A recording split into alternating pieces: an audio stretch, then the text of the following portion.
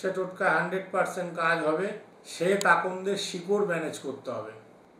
তাহলে একটা তাবিজ দেবে রূপোর তাবিজ দোকান থেকে, তাবিজের মধ্যে সে তাকন্দ শিকড়টাকে পূর্ণিমা দেখে কেটে নেবেন, কেটে নিয়ে শিকড়টাকে তাবিজের মধ্যে ঢুকাবেন এবং দুটো এলাচ নেবেন, তাবিজের মধ্যে ঢুকাবেন, দুটো লবঙ্গ নেবেন, তাবিজের মধ্যে ঢুকাবেন, ঢুকিয়ে মুখটা তুলসী গাছের গোড়ার যে মাটি, মোম চেপে চেপে চেপে চেপে মোম ঢুকিয়ে দেন।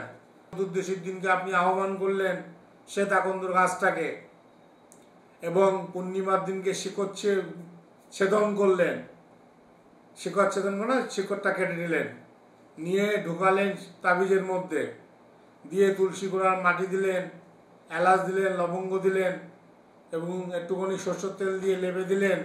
লেপে দেওয়ার পরে মোম টেপে টেপে আটকে দিলেন, দিয়ে একটু আগুনে গলিয়ে নিলেন, তাহলে আর রোদ্দুরে দিতে হবে না। দিয়ে আপনি পূর্ণিমার দিন ধারণ করে ফেলুন। কি সুতো দিয়ে? সাদা সুতো দিয়ে।